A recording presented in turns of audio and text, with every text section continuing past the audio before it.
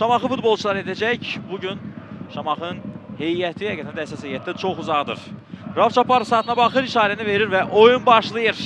Şamaxı Qarabağ 36-cı turun ikinci matçı. Qazi yaxşı çıxdı, iki futbolçunun əhadəsindən yenidən topu Zubirə qaytardı. Zubir cəriməcdə yaxınlaşır, ötürməsini verir. Kaşçukun toxunuşu və Qazi topa çata bilmədi. Son anda müdafiəçilər təhlükəni soruşturdular. Bir əvvəlki təhlükəli hücumun təkrarı və Kaşçukun son anda ötürməsindən sonra Qazinin topa çata bilməməsi, daha doğrusu müdafiəçi burada onu Qazinin önünə düşdü və Msanga topu Qavdidən aldı. Dərhal sürət yığılır Msanga. Daha bir təhlükəli əks hücum ola bilər. Edgar Adirxanov, Marko Yankoviçlə sürət yarışı. Edgar Adirxanov, Edgar və top qapının üstündən keçir. Edgar Adirxanov hesabı açmaq üçün 100%li fürsəti boşa verdi. Fikir verin, Yankoviçin arxasından gəlir.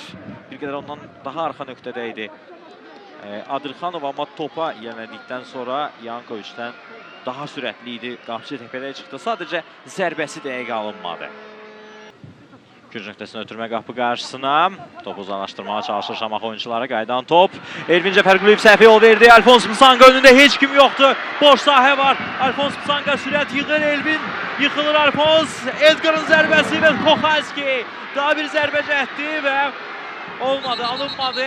Hakim oyunu saxlayıb, yerdə qalan Şamaxı futbolçusu var. Şamaxı futbolçusuna da gəlin təkrara baxaq.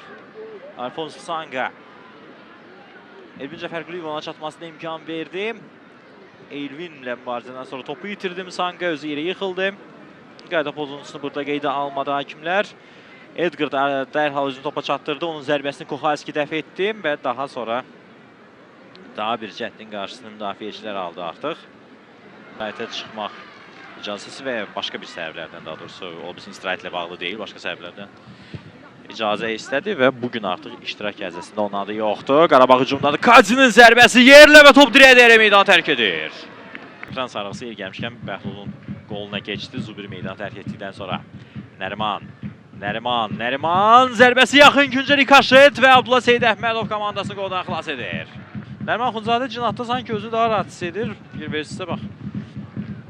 Cinatdan mərkəzə doğru meyilləndi və yaxın güncə zərbə indirdi. Zərbəsi o qədər də qüvvətli alınmadı, amma qola səbəb ola bilərdi. Aday. Və topu itirir Mateus Silva. Alfons Msanga gözləyirdi bunu. Puskudaydı sanki. Edgar Adirxanov. Edgar sağ cinaha oynadı. Murad Vəliyev hücuma dəstək verir.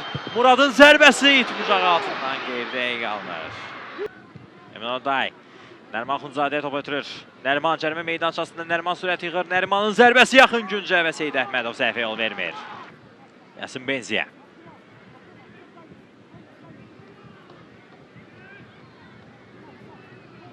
Aday.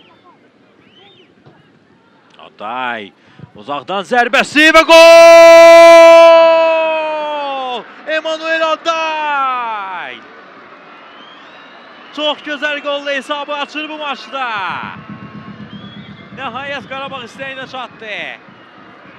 85 dəqiqə ərzində demək olar ki, rəqibin qapısına bir təhlükəli zərbə belə vura bilməmişdi Qarabağ futbolçuları. Tək-tük şansları çıxmaq şərti ilə, amma məhz Emanuel Aday fərdi ustalığı sayəsində bu epizodda komandası hesabda önə çıxartdı. 1-0.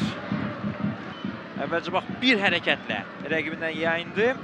Usta hərəkətlə və daha sonra topu yaxın 9-luğa göndərdi. Abdullah Seyid Əhmədov reaksiya belə göstərə bilmədi bu zərbəyə. Mükəmməl zərbə və çox gözəl bir qol.